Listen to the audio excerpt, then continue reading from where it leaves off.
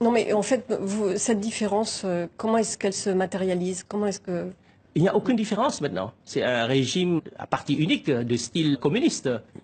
Qu'est-ce qu'il y a de plus obscurantiste chez les Cambodgiens qu'il n'y a pas à Pékin? Non, en Chine, les dirigeants sont plus instruits. Il y a quand même une concertation de l'appareil du parti. Il y a un changement de leadership en Chine tous les 5 ans, tous les 10 ans, alors que Hun Sen est resté au pouvoir depuis 32 ans. Son parti est au pouvoir depuis 38 ans. Il n'y a aucun renouvellement et il n'accepte aucune idée de renouvellement. C'est ça l'obscurantisme. Mais Sam Rassi, il y a quand même un paradoxe. Pendant les campagnes électorales, notamment je pense à 2013, vous aviez accusé le pouvoir en place à Phnom Penh d'être inféodé, presque vendu aux Vietnamiens. Et puis là, vous dites, il est vendu aux Chinois. Donc c'est pas compatible. Je suis désolé, la Chine et le Vietnam sont aujourd'hui dans des camps relativement opposés, notamment en mer de Chine. Donc est-ce que le pouvoir cambodgien, il est inféodé à la Chine ou au Vietnam? Hun Sen est assis entre deux chaises. C'est un jeu dangereux, il veut ménager la chèvre et le chou, mais à force d'être assis entre deux chaises, il va se retrouver par terre. L'ancien roi Norodom Sihanouk avait qualifié le Cambodge de condominium sino-vietnamien. Mais c'est un jeu dangereux, parce que quand la tension s'accroît entre la Chine et le Vietnam, la position de Hun Sen devient de plus en plus difficile, pour ne pas dire intenable. Oui, mais je vous renvoie à vos propos de campagne. Vous disiez, le temple d'Angkor Wat est vendu aux Vietnamiens, ils viennent prendre notre travail, voler notre bois. Est-ce que votre pays est sous une forme d'occupation du Vietnam? Est-ce que c'est pas des propos un peu nationalistes, voire xénophobes, qui peuvent entraîner des violences? Pas du tout. Les Cambodgiens sont un peuple pacifique. Il n'y a jamais eu récemment, depuis 20 ans, de violence basée sur des considérations raciales. Mais il y a une violence politique endémique et très très brutale. Mais ce que je voulais dire, c'est que la Chine et le Vietnam se partagent le contrôle du Cambodge. Le Vietnam contrôle le Cambodge plus militairement, parce qu'il y a des conseillers vietnamiens partout. Il y a une armée vietnamienne importante le long de la frontière et dans certaines zones du Cambodge. Donc l'influence politique du Vietnam à travers sa présence militaire n'est pas négligeable. D'un autre côté, la Chine a une influence financière considérable. C'est le premier investisseur et sur le plan politique, Hun Sen se rapproche de plus en plus de la Chine. Hun Sen a brisé la solidarité de l'ASEAN dans le conflit de la mer de Chine du Sud et il est du côté de la Chine pour que celle-ci ne respecte pas la loi internationale de la mer. Alors, pour vous, c'est quoi la solution pour l'option pour le Cambodge? C'est un Cambodge qui tourne le dos et à la Chine et au Vietnam? Non, l'option, et la seule option viable, c'est un Cambodge neutre et indépendant, qui se dégage des influences néfastes du Vietnam comme des influences Est-ce que c'est néfastes de la possible? Chine. Est-ce que c'est possible dans la région avec les jeux des influences des grandes puissances? Vous savez, en politique, il faut rendre possible ce qui est nécessaire. Qu'est-ce que vous pensez de la partie américaine? Comment doivent agir les Américains vis-à-vis de votre pays? Il y a un changement en profondeur dans la géopolitique de cette région. Le Vietnam et les États-Unis sont devenus alliés. Ils sont devenus alliés pour contrer la Chine. Donc tout ça, ça change la donne. Quand le Cambodge doit se positionner sur la scène internationale pour survivre, pour défendre son indépendance et sa souveraineté nationale, il doit tenir compte de cette nouvelle donne géopolitique. Ça veut dire que votre discours à vous-même vis-à-vis du Vietnam est susceptible d'évoluer? C'est susceptible d'évoluer. Si la situation politique évolue, il faut que notre position et notre discours évoluent pour défendre en toutes circonstances les intérêts de notre pays. Mais pour l'instant, votre pays n'est pas en guerre. C'est peut-être pour ça aussi que la communauté internationale, finalement, ne dit trop rien parce qu'il y a un équilibre précaire avec les voisins, que ce soit la Thaïlande, la frontière entre la Thaïlande et le Cambodge, la frontière entre le Vietnam et le Cambodge. Tout ça est un équilibre très précaire. Mais il y a une guerre dont on ne parle pas, c'est la guerre que Hun Sen fait contre son propre peuple. Le Cambodge dépense beaucoup d'argent pour sa défense nationale, mais en fait, l'armée du Cambodge n'est pas placée le long de la frontière. Elle est placée dans les grandes villes pour mater la population. Donc, c'est cette situation qu'il faut regarder pour que la démocratie reprenne ses droits au Cambodge. Et alors l'opposition aujourd'hui, qu'est-ce qu'elle offrirait à cette population? Qu'est-ce qu'elle lui proposerait? Parce que finalement, il y a un taux d'alphabétisation assez élevé, il n'y a pas d'inflation, il n'y a pas beaucoup de chômage et il y a une croissance de 6-7%. Non, il y a beaucoup de choses qui ne sont pas tout à fait exactes dans ce que vous venez de dire. Quand il n'y a pas de chômage, par exemple, je pense que le chômage, le vrai chômage, atteint des proportions colossales, surtout parmi les jeunes. Mais ce que je veux dire, l'opposition joue un rôle fondamental en toute démocratie. C'est de canaliser le mécontentement populaire. Et mécontentement, il y en a.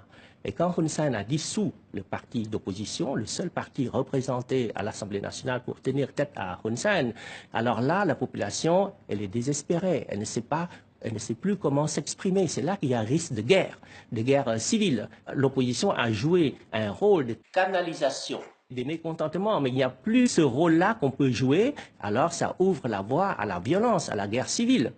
C'est ce que vous redoutez donc pour votre pays aujourd'hui. C'est des scènes de violence, c'est une guerre civile, vous prononcez ce mot-là? Oui, exactement. C'est pour ça que je fais appel à tous les signataires de la conférence de Paris sur le Cambodge de 1991, dont la France qui était coprésidente, pour que tous les signataires poussent à ce qu'on revienne sur les accords de Paris. Sans les accords de Paris, c'est la dérive totalitaire la plus complète avec tous les dangers que cela représente. Sam Rainsy, merci d'être l'invité d'International, de TV5 Monde, RFI et du journal Le Monde.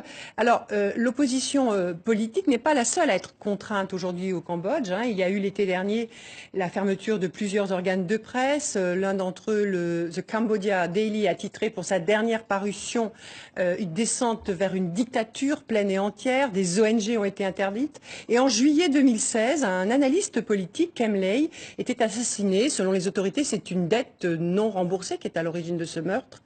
Des informations qui ont été démenties par ses proches. Alors, une foule immense assistait à ses obsèques. Des organisations de défense et pour la promotion de la liberté d'expression ont réalisé un document le concernant. Voici un extrait.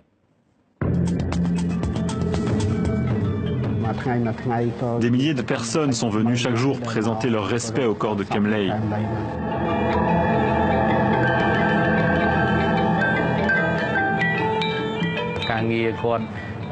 Il travaillait sur beaucoup de problèmes inhérents à la société, particulièrement sur des sujets en relation avec les droits humains, les querelles de territoire, les forêts et l'immigration. Des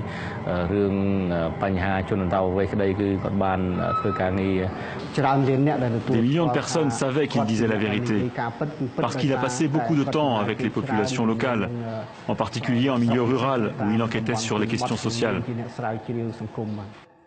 Sam Rainsy, les États-Unis ont demandé une enquête indépendante concernant l'assassinat de Kem Ley. Vous avez dénoncé à cette occasion ce que vous avez appelé un terrorisme d'État. C'est comme ça que vous qualifiez aujourd'hui ceux qui sont à la tête de l'État cambodgien, des terroristes? On a eu depuis 20 ans une série de crimes politiques qui se ressemblent. C'est-à-dire des attaquants sont venus lancer des grenades, tirer sur des cibles et ils ont pu s'échapper. C'est l'impunité la plus totale. Et ces attentats visent des gens qui sont réputés, qui sont aimés, qui sont un danger pour le régime. Donc c'est pas une coïncidence du tout. Toute cette violence politique, elle relève véritablement d'un terrorisme d'État. Sam Rainsy, l'ONU a dépensé des millions de dollars pour qu'il y ait un état de droit au Cambodge. Ils ont dépensé 300 millions de dollars pour les chambres extraordinaires au sein des tribunaux cambodgiens pour juger les derniers responsables Khmer Rouge. Et ces dépenses étaient faites en pensant que ça allait rejaillir sur la justice en général au Cambodge. Manifestement, il n'en est rien. Est-ce que vous diriez qu'il y a eu un échec de l'ONU de ce point de vue-là? Disons qu'il y a un début de justice pour châtier les chefs Khmer Rouge. Mais après, ce processus de jugement a été perturbé par Hun Sen. Hun Sen ne voulait pas qu'on aille plus loin, au-delà de 3, 4, 5, 6 personnes. Il a dit qu'il n'était pas favorable à ces procès parce qu'il menaçait l'Union nationale. Parce que lui-même est un ancien Khmer Rouge. Tous les dirigeants du Cambodge actuel, ceux d'un certain âge, sont d'anciens Khmer Rouges, dont ils ont peur. Si on fait il s'était réfugié au Vietnam à une période du régime de Pol Pot. Exactement. Il a fait l'objet d'une purge. C'est par remords qu'il a quitté les Khmer Rouges, mais parce qu'il allait être victime d'une purge interne chez les Khmer Rouges. Il s'est réfugié au Vietnam pour revenir prendre le pouvoir avec l'aide de l'armée vietnamienne après. Et alors, sur cette question Khmer Rouge et justice, est-ce que pour vous, on en a trop parlé ou pas assez? On en a parlé, mais on n'a pas agi suffisamment.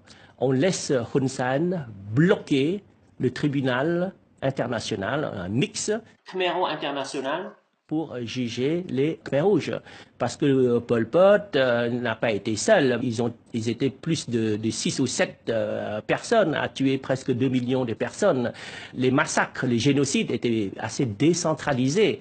Et dans la chaîne de commandement, il y a Hun Sen, il y a d'autres gens qui occupent les plus hautes positions au Cambodge actuel. Les jeunes générations, elles ont une idée claire de ce qui s'est passé ou alors elles ont une vision complètement déformée? Non, on cache l'histoire au Cambodge. L'histoire... Ils sont trop jeunes peut-être, parce que la population est très très jeune, à 65% à moins de 30 ans, ils n'ont pas connu... C'est vrai, mais c'est une volonté délibérée de la part des autorités de ne pas enseigner et de continuer à cacher la vérité historique des dernières 40 années. Parce qu'encore une fois, si on expose toute la vérité, Hun Sen et beaucoup de ses collaborateurs actuellement seraient désignés du doigt. Qu'est-ce que vous pensez de son argument selon lequel cela pourrait nuire à la réconciliation nationale? Cela pourrait réouvrir des plaies, parce que dans les villages, on a quelquefois des gens qui vivent à côté de leurs anciens bourreaux. Ça, c'est sa présentation. Et c'est un chantage. Il n'y aura pas de guerre civile sur la base d'un passé historique. Ce que nous voulons, c'est la vérité. Et ce que nous voulons, c'est une réconciliation, comme en Afrique du Sud, par exemple. S'il y a des tensions, s'il y a une possibilité de guerre civile, c'est à cause des exactions que Hun Sen est en train de commettre maintenant.